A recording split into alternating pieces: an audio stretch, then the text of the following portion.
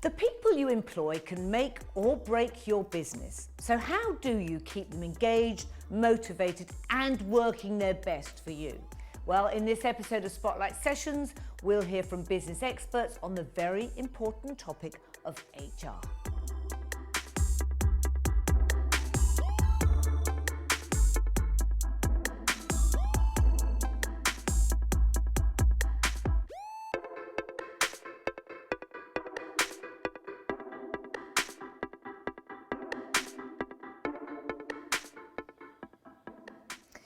And we'll be meeting those business experts and getting their HR insights and experiences later on. But if you've got a question for them, get in touch now using the hashtag Spotlight Sessions, and you might have a question for my first guest. Two people, part of a team that makes Deliciously Ella a successful brand. Ella, you're the founder. Hello, welcome back. Thank you. For people that don't know your business, and I'm sure they're few and far between, tell us what the business actually does. So we are a plant-based food company, and it started off originally quite unintentionally as a blog, and that transitioned to social media, then an app, then books, and then from books my now husband and I, Matthew, started working together. Initially that was to create a retail space, and from that we started making products for supermarkets and high street stores. Working together, married couple, it's not always the easiest, is it? So tell us though, Matt, how that works. Are there any tips that you have where you go, don't go there, we don't discuss this, when and where? Yeah, so I think the first thing is to make sure that what you're doing is really separate from the other one, at least in role. So Ella's in charge of all of our creative and our brand, and I oversee our operations, finance, business development, and act as CEO in the company. And I think it's really important, first of all, to have in your kind of day-to-day roles, separate out what they are, but then also be completely accepting that work is going to cross over a lot into being at home and holidays. I think we've cancelled 5 holidays over the last 2 years because of work, and you just have to have that acceptance if you're working together. But it helps in some ways because the other person can really understand the need of why we have to do what we do. But and also you're CEO, but you look after the HR as well, don't you? Yeah, effectively, yeah. So, effectively, well, as effectively as you can. How many people do you have? So we have about 40 people who are split between our cafe and our main office. And what's the company structure? Is there a particular hierarchy, or what way does it work? So I think we try and run a kind of a relatively flat organisation where I think some of the best ideas you have can either come from your customers or people who are really on the front line with the people who come into our cafe or who shop our products. And so we want everyone to feel like they have a loud voice and that they have a say. We really try and not run a kind of...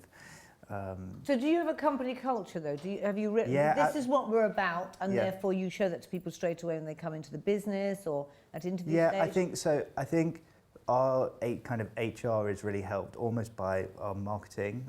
And I think if you looked at companies like an Apple, people would really want to go just work for Apple because they've seen what they've seen in the outside world as a consumer, or a Nike or a Vogue or something like that. And I hope that with Deliciously Ella, what we've been able to do is we've got quite a lot of visibility, so we attract a certain type of person with the right core values. Exactly, who I think is interested in this space anyway. And then for us, it's just a matter of making sure that they've either got the right skill sets, or we think that they can learn the right skill sets. Or grow with you, because you grow organically, didn't you? Yeah, exactly. And is there a lot of the people who were there in the early days still with you, or do you found that you grew and then the people that got you there aren't necessarily the ones? Yeah, we've had 2 stage? stages really in the business. I mean, first of all, I think that's the most difficult decision I think as leaders of a business that you ever have to face, is who's the right people and who's the right person for a job to take you to the next level. And separating personal feelings, especially when you start up. Yeah, that family, we're all in it together. Because when you're a startup, that is how it is. You literally live with these people. I mean, they are your family. But when Deliciously Ella started, as I said, started as a blog and social media, and we did workshops and events and cooking classes, and then it transitioned into the app and the book. And that was a very different skill set that was needed. That was very creative. That was really recipe development and photography and content creation and organising the events and ensuring that the community were engaged and kind of those early seeds of the brand. But what we needed to get to the next level in order to be able to, do 3 product lines in 6,000 stores were people with lots of commercial experience in the FMCG world.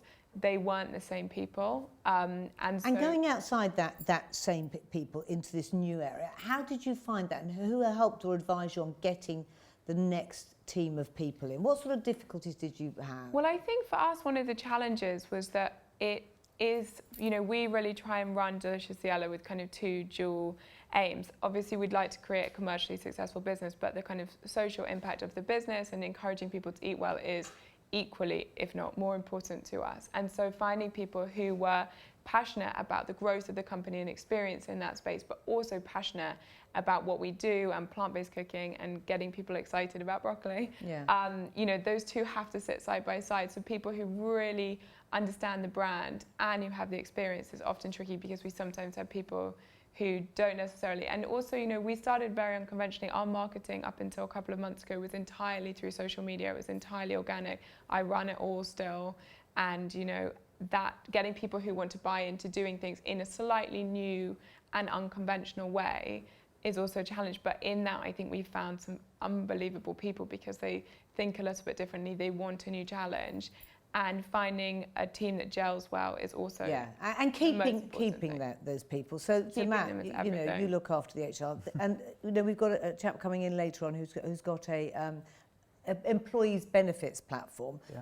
What benefits do you offer, and what sort of do you do anything that's left of centre? What do you offer that makes people think I want to work and stay here? From kind of soft touches, like we have free lunch and breakfast in the office each day. I think that people sharing food is a really great way of getting people to bond. It's how families can spend time together, and I think that's a great way of people understanding and just sharing information, but also just to learn a bit more about the person personally, and they might be able to then interact with them a bit better.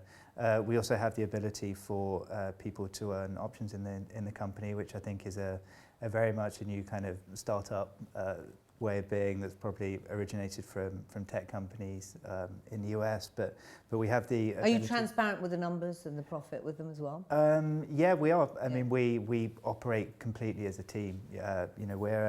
We're a small team of 20, and it's in our office, and it's really important that we're all completely aligned around the same objectives, and so with that there has to be lots of information sharing. So yeah, we run a completely open book on that. And how do you sort of assess whether there's issues that are going on and you're thinking this person isn't working so well? How do you work with that? Because relatively small team, and you're still working kind of in the same space, I guess. Yeah, absolutely. So a lot of that really happens in the recruitment process, and I think that through the process you really try and get to know the person, and we'll have a pretty clear idea of what we're looking for skill set wise, and they may have that experience. It may be something that we believe that they're really bright and they'll be able to learn that quickly. But I think that you can get to know someone relatively well through the interview process, and I think then when they arrive, it's just about giving them lots and lots of support when they arrive, and not just suddenly leaving them to their own devices, but really properly onboarding with the team, welcoming them properly, and making them feel that they're now part of this really, really tight-knit community. Because you were talking as well, Ella, about sort of brand values. How do you make sure that those are consistent? Because sometimes they can be kept at the top. You're revisiting. How do you make sure that the team are on that journey with you? I think for us, working in one space together and just permanently communicating. Do you have an office separately? No, we don't. No, we all sit together. And that's really important. We have a kitchen in our office where we do all our recipe development, and then, as I said, we do breakfast together, we do lunch together once a month. We do 2 of the team are in charge of doing cocktails and canapes for everyone else. Once a month we do pancake breakfast together, and so we're just trying to always find opportunities. The social community and food is at the heart of it. And the food that we're sharing is at the heart of it. So we're always talking about it, every single day. We've got new things for people to try. So we've got new things to talk about. We're always doing new product development for retail. And again, so it just means that through bringing everyone into it and always asking everyone's opinion. So we'll ask our head of finance what they think about a brownie recipe, in order to ensure your head of finance is a customer as well. Exactly, and also, she's got to be passionate about every element of the business. We think that's really important to us, as you said, for everyone to understand the values of who we are. Yeah, and if you connect with those values and the team know them, then you're on a journey together. Thanks, Ella, and thanks, Matt, for sharing those experiences. More experiences and advice on HR on the NatWest Business Hub, as well as a very useful employee engagement toolkit to help keep your workers motivated. Also, on the NatWest Business Hub, you'll find inspiring films about SMEs, including this fantastic insight into Amplify, a technology company who've proved a big part of tapping into talent is where you base your business. People ask me all the time, what are you doing in Wales building a tech company? We looked at Berlin, Beijing, even San Francisco. A lot of the Silicon Valley and London VCs told us not to move to Cardiff. And I did for a while reflect on that and think, what are we doing and should we do this? In hindsight, we know that this is one of the best decisions we've made as a company.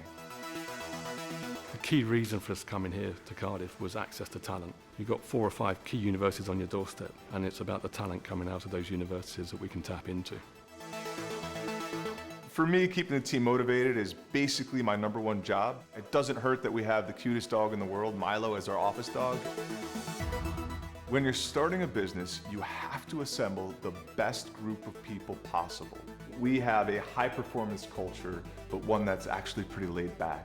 So if you give people the space to do what they're best at, they're going to come up with something brilliant. And that's what we really foster at Amplify.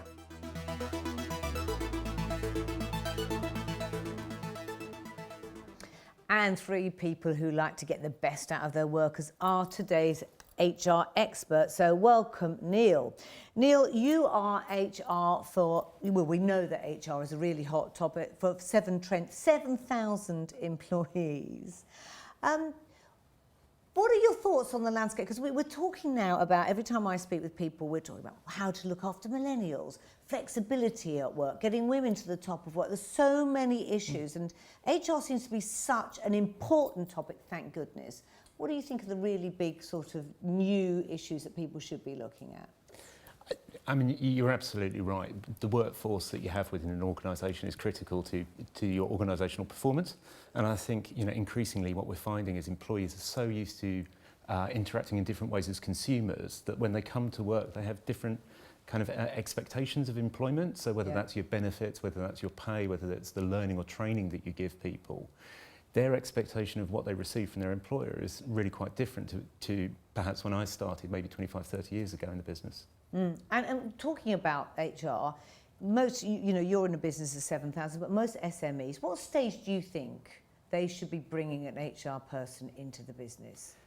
Yeah, I mean, it's really tricky because it depends on your expectation of growth. How many people are you going to be employing at what period of time? I think what I do see with a lot of SMEs is that they leave it too late. They leave it to a point where they're suddenly struggling and then trying to find a way in which they can integrate HR. So I would say the moment that you're starting to get to any level of scale where you're thinking, actually, I can't, as a founder, manage the relationships myself anymore, that's the moment that really you need to be thinking about it.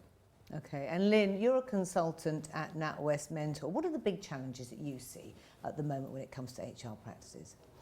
In terms of HR practices for small to medium-sized businesses, I think they will always have issues with trying to navigate actually what are the basic requirements for me as an employer to ensure that I'm being compliant, to ensure that I'm managing my employees correctly and following best practice processes. But HR is much more than that for SMEs. I think they have to not view it as an admin function and very, very much view it as more of a strategic part of their business. Well, that's what we were just saying, because Neil was saying, most leave it too late to get the HR in, but most can't afford to. So what would you say are the most important things that they should be doing early on? Because it is a lot of admin. I remember even starting off, like, no, because actually you just want to find great people and empower them to come and work in the business. But what would you say are the key things they need to keep their heads on? Be proactive. Neil mentioned about growth. Something I see very commonly with our customers is they are not prepared for a period of rapid growth, and that's where they are vulnerable. That's where some of the cracks start to show in the employee relations, and the employee relations side of things starts to slip. And in terms of HR, keep it simple. At the very beginning, make sure you've got a very basic HR structure in place that reduces ambiguity, that there's clarity around what is expected of employees in terms of managing expectations, in terms of employee conduct. and that also employees have a process whereby they're encouraged to give feedback. Communication. You're building trusted Communication. relationships, absolutely. Yeah, yeah. So often it's left by the side, isn't it? People forget, heads down, and you forget, just communicate, talk to them. Now, Chieu, you have a platform that looks at sort of bonuses and benefits to and it's called? It's called Perkbox. Perkbox. Okay, tell us about it. Tell us what it does. So Perkbox is a employee engagement platform with a friendly brand. We help businesses motivate, engage, and build a better culture. We use technology as a backbone because that's what we are, but we give businesses access to benefits, perks, surveys, reward and recognition, a variety of services that we think would help business succeed and really grow. And I guess most of your employees, looking at them, are millennials. And if there's a lot of talk about millennials, oh, they're a little bit lazy, they don't want the same things, they just want to work differently. I don't find that in my business, but tell me, what do they want? Give us an insight. What do you think millennials want? That's a really good question. So 95% of our staff are millennials. Yeah. So so give us the age group we're talking about. It's quite a wide one. The average age is 27 for us. But what is the millennials? They sort of started, don't they, in the early 90s and go right the way through, don't they? I can't remember. It's about a big old age Absolutely, range. Yeah, 80s to 90s. 80s to 90s. The thing about millennials is that they want to have purpose in their work life. And they expect that from their businesses as well that they work for. So it's not just about making money for a corporation anymore. It's about what's the extra thing that you're providing to society that really resonates with them. Because millennials believe that they have a purpose with themselves in their own lives, and they expect that from their employers as well. So in the future, employers that are really competing for talent should have purpose as a key part of what they're selling. Which is a good thing, isn't it? Absolutely. All round. And so what sort of benefits would they be looking for? Benefits that enhance their life and make their world a better place, I would imagine, would it be? Absolutely. So benefits doesn't always have to be discounts and savings. So it's culture. For us, that's one of the biggest benefits you provide, right? Give them an opportunity to grow themselves in terms of learning and development. Having great leadership and management, train your leaders and managers to be really, really good. And they can nourish and grow the talent that you have within the organization. Offer them team bonding experiences and what have you. Obviously, a platform like Perkbox could give you access to these services at a much better rate and give you ideas in terms of how you can interact with them on a team level basis. But these are things that you need to be creative about. And really, and feel that it connects to the values of you and your business. Lynn, what do you think on that? I mean, how can businesses ensure that they're recognising their talent and showing their teams that they're valued? I think it's about creating positive relationships. Feedback is a huge important of adding that value, and I like something that Matthew said earlier about some of the most creative ideas come from the people that work for you. So it's ensuring that you're getting some of that feedback. The feedback is two-way, that it feels very natural, that it feels very fluid, and that is how people are going to feel valued, because by having that two-way feedback, they get constructive feedback from their employer about what they're doing well, what they're not doing so well, and also they can give their ideas. But most importantly is that actually some of that feedback is seen to be acted on by the employer. So if you're giving feedback as an employee, you like to see that something is happening with that feedback. And also the feedbacks don't have to be just from your line manager in a linear way. No. We do it with about 10 or 8 people that might interact with you, so you genuinely are getting feedback from different levels within the business, which I think is really helpful. Yep. Neil, you have what you call a people-centric approach in business. Tell me what that is. I think a lot of HR can be seen as being quite process-focused. Yeah. And so it becomes about, here's the policy. Right. And I guess my approach is very much based around the experience of the employee or the candidate. So it starts before you hire them and then as they come through, and really thinking about how can we create the best environment for them rather than simply the sausage machine approach of process and policy. And so that's really what it is. And the other thing is, I mean, I love the idea of people-centric approach, and we talk about the millennials. We have to be much more caring about people at the heart of business, which is a great thing. How, though, when it's not working, do you work with people to say goodbye? Because there's times when that happens, when it's not easy. Absolutely, and it's one of the things that we all get involved in our jobs. We have to do it. But I think, again, you can put the individual at the heart of it. So an exit that actually works well for the individual, or is at least done with dignity and respect and support, actually causes less damage to the organisation, less damage to the individual themselves, Yeah. So, I mean, yes, there will always come... Dignity is an important word. Right, there's always times when someone's not in the right job or the right organisation and there needs to be a separation, but you can do that well and you can choose to do it well. And there are different ways of doing it. I was just thinking, it used to be first verbal warning, second verbal warning. Have we moved on from that? That still exists. Yeah. I think the honesty of conversation is the most important thing. Good quality conversations early on. Open dialogue. Those can help. We've got some questions in from NatWest on Twitter. Sarah Belford asked, what are the best ways to find and hire your first employees, Lynn? Finding and hiring your first employees, absolutely you need to get the idea of the role profile correct at the very beginning. What are you actually looking for? And how you're going to go about that recruitment. I think one of the challenges for SMEs these days is actually trying to keep up with the digital technology element of recruitment. And again, with millennials, their expectations are much higher. They're not just looking for a package, they're looking for a career. Where is the business going in the next 5 years? So with the recruitment element, you need to also create some of that cultural flavour that attracts the right sort of talent to the business, but also do it in a way that's timely, that you're managing that candidate process in a timely way, that it's a positive experience for candidates, and that following on from that, your induction process is tight and effective, because that's the first part of your employee engagement process. And responding, do you know, it's extraordinary how many businesses don't respond, isn't it? I've got a young daughter left university applying for jobs. She's never heard a thing from them. You think, lovely. Do you want to work for people? Anyway, a question from NatWest Business Facebook page from Tamara Buggin Bay. I want to know about keeping in touch days. These are called KIT days. As mothers return to work after maternity leave, and many women don't make use of them, and some aren't paid for them. How can we ensure that women return to work and get the best out of KIT days? Neil, you'll have come across this. So I think it's 10 days that a woman can do whilst on maternity leave. And she's paid for them. And should be paid for them, in my personal Yeah, opinion. I think if you're coming in and you're doing work, then that work should be paid.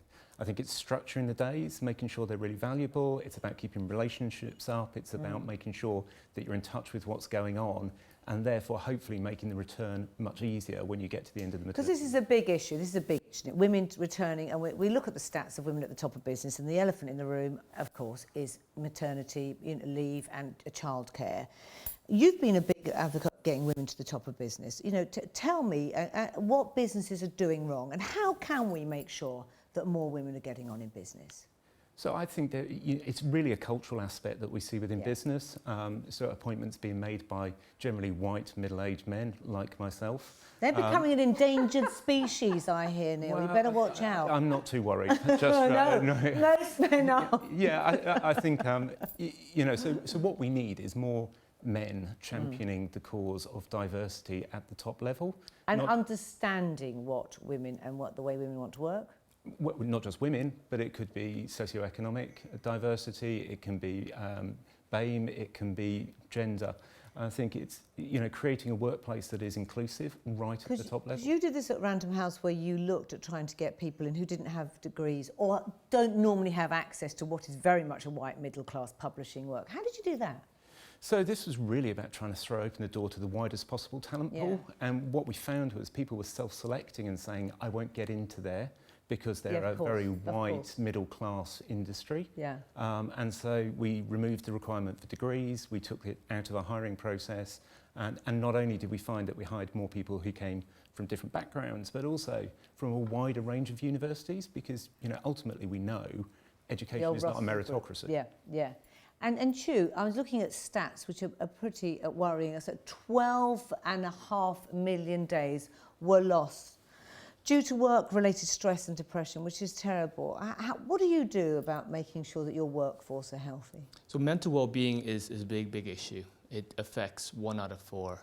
And so we take that very seriously at Perkbox, in the sense that we try to talk about it, you know, make it not a taboo. And it's something that is something that you need to talk to your leaders and your managers and catch it and train them how to identify the symptoms and create a culture where it's easy to talk about it.